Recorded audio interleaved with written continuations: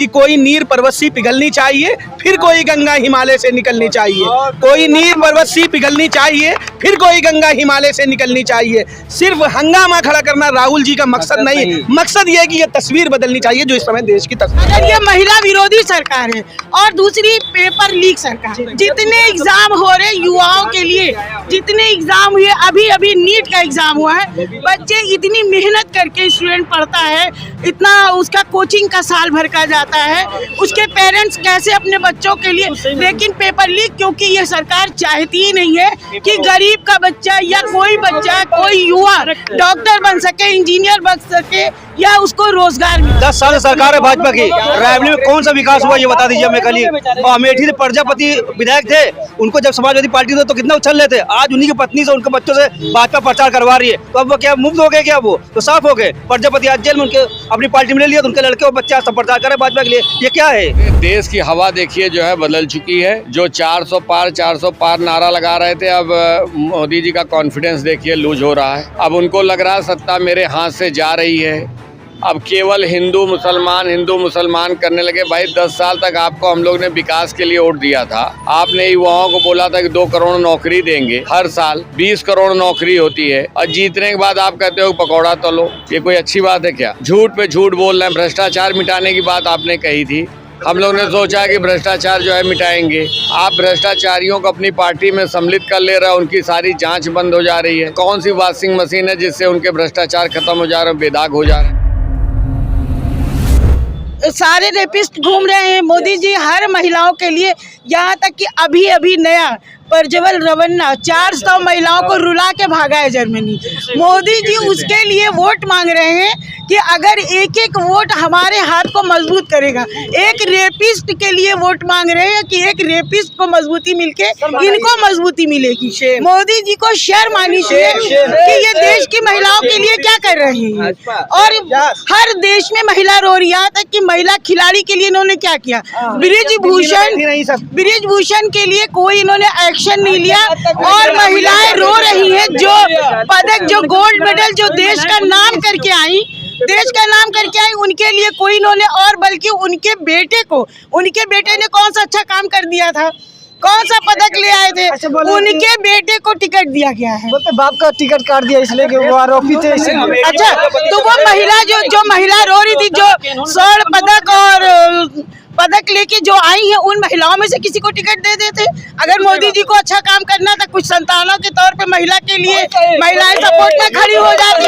अगर ये महिला विरोधी सरकार है और दूसरी पेपर लीक सरकार, जितने एग्जाम हो रहे युवाओं के लिए, जितने एग्जाम हुए, अभी अभी नीट का एग्जाम हुआ है, बच्चे इतनी मेहनत करके स्टूडेंट पढ़ता है, इतना उसका कोचिंग का साल भर का जाता है, उसके पेरेंट्स कैसे अपने बच्चों के लिए, लेकिन पेपर लीक क्योंकि ये सरकार चाहती ही नहीं है कि गरीब का बच्चा या कोई बच्चा, कोई युवा डॉक्टर बन सके, इंजीनियर बन सके या उसको रोजगार मिल सके। सिर्फ मैं एक बीएड होल्डर हूँ, ठीक है। हमने अभी बीएड रिसेंट में किया, हम जाते हैं बिहार प्राइमरी एग्जाम देने।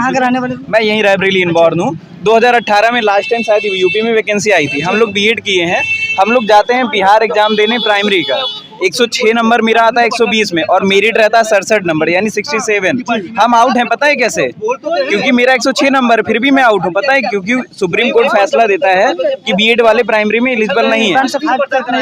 नहीं भर सकते ना? क्यों नहीं भर सकते भाई? क्यों? तो पहले ही करते ना यार ये बात, तो पहले ये बात करनी चाहिए। उसके बाद मैं बिहार टीजीटी देने जाता हूँ, ठीक। 120 में से 83 नंबर मेरा आ रहा है ऑन पेपर, उसके बाद पेपर लीक हो जाता है। किसका गलती है? 1400 रुपए एक साइड का ट्रेन का, उधर से एक साइड ट्रेन का। उसके बाद घर वाले, जब तक मम्मी सोती नहीं है मेरी मम्मी की, जब तक मैं पेपर के लिए बाहर हूँ, बेटा कुछ खाया, और हम झूठ बोलते हैं कि हाँ मम्मी कमरा मिल गया है बढ़िया, बस मस्त आराम से बैठे हैं, और हम रेलवे स्टेशन पे सोते हैं। पता है दर्द अपना छिपाते हैं। पेपर दे के आते, साला पता ही नहीं।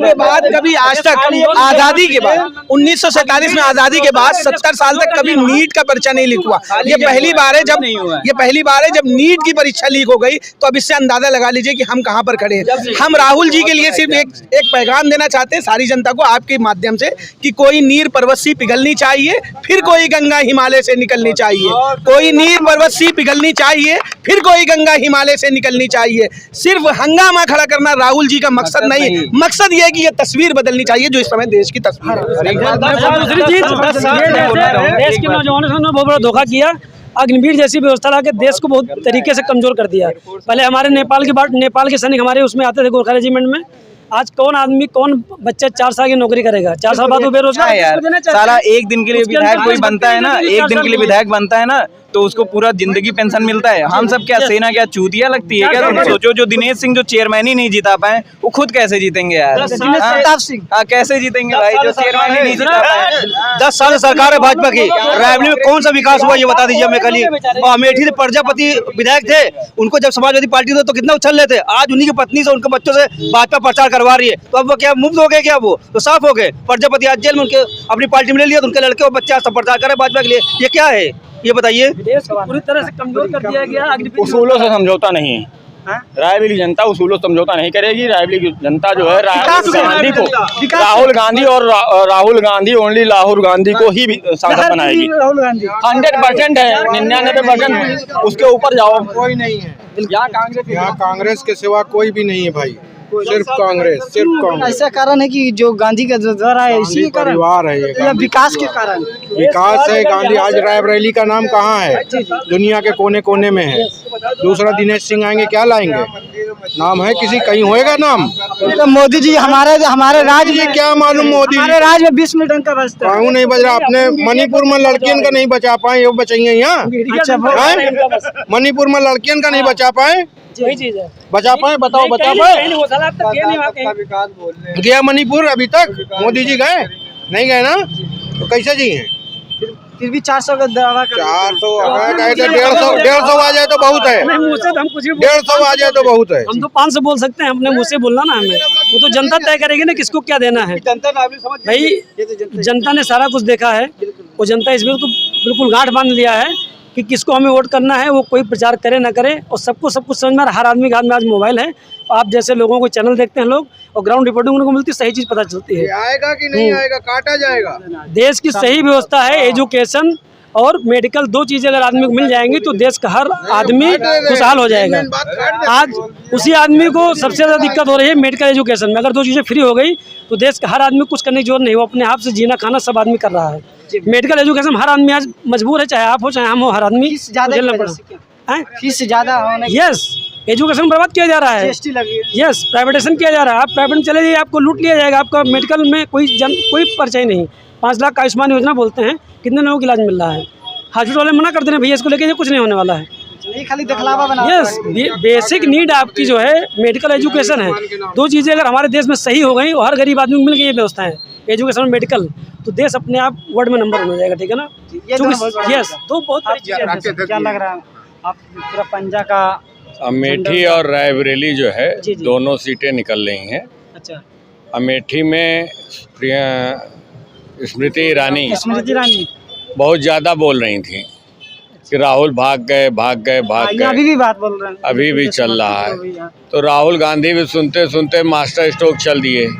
उन्होंने अपने एक कार्यकर्ता को अमेठी में भेज दिया और वो कार्यकर्ता उनको हराएगा तब उनका घमंड थोड़ा कम होगा। तो घमंड तो देखिए रावण का नहीं चला, तो स्मृति ईरानी का कहाँ से चलेगा?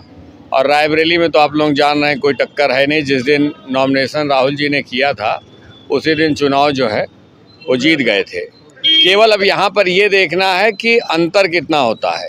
तो 5 लाख से ऊपर वोटों से राहुल गांधी यहाँ से जीतने जा रहे हैं। और राहुल गांधी रायबरेली आने का मतलब ये हुआ कि लग रहा है कि इनको प्रधानमंत्री बनना लिखा है। तभी आप पूरे देश की हवा देखिए जो है बदल चुकी है। जो 400 पार नारा लगा रहे थे, अब मोदी जी का कॉन्फिडेंस देखिए लूज हो रहा है।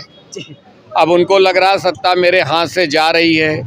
अब केवल हिंदू मुसलमान करने लगे। भाई 10 साल तक आपको हम लोग ने विकास के लिए वोट दिया था। आपने युवाओं को बोला था कि 2 करोड़ नौकरी देंगे हर साल 20 करोड़ नौकरी होती है। और जीतने के बाद आप कहते हो पकौड़ा तलो। ये कोई अच्छी बात है क्या? झूठ पे झूठ बोल रहे हैं। भ्रष्टाचार मिटाने की बात आपने कही थी, हम लोग ने सोचा कि भ्रष्टाचार जो है मिटाएंगे। आप भ्रष्टाचारियों को अपनी पार्टी में सम्मिलित कर ले रहे हैं, उनकी सारी जांच बंद हो जा रही है। हम पूछते हैं कौन सी वॉशिंग मशीन है जिससे उनके भ्रष्टाचार खत्म हो जा रहे हैं, बेदाग हो जा रहे हैं। हम लोग जो है हिंदू मुस्लिम सिख ईसाई सब लोग एक साथ रहते हैं और 22 जनवरी को राममय हो गया था पूरा देश। आज सब लोग एक साथ कह रहे थे कि अब की बार फिर भाजपा आएगी, लेकिन चूंकि इन्होंने भगवान के साथ भी छल किया, जनता के साथ किया, फिर भगवान राम के साथ किया, तो भगवान राम ने अपनी ताकत दिखा दी है। 3 महीने में देखिए चुनाव पलट गया है। तो ये कोई न कोई ऊपर की शक्ति है जो ये चाहती है कि चुनाव पलटे। देखिए असम का मुख्यमंत्री के लिए भी बयान दिए हैं 300 हमारा सीट आए 2019 वाले में, तो इसलिए हमने राम मंदिर बनवाया। अगर 400 इस बार आए सीट तो ज्ञान वापी जो मस्जिद है उस पर बनाएंगे मंदिर की। देखिए हिंदू मुस्लिम से बहुत मतलब नहीं है, जनता को जो है अपने रोजी रोटी से मतलब है। हमें रहना एक साथ है। हिंदू मुस्लिम सिख ईसाई इसी इंडिया में रहेंगे कि कहीं बाहर जाना है, उनके लिए अलग देश नहीं ना बनेगा। जब रहना इसी में है तो केवल अपने पॉलिटिकल फ़ायदा के लिए हम लोग को लड़ाना ये अच्छी बात है, नफरत फैलाना ये अच्छी बात है।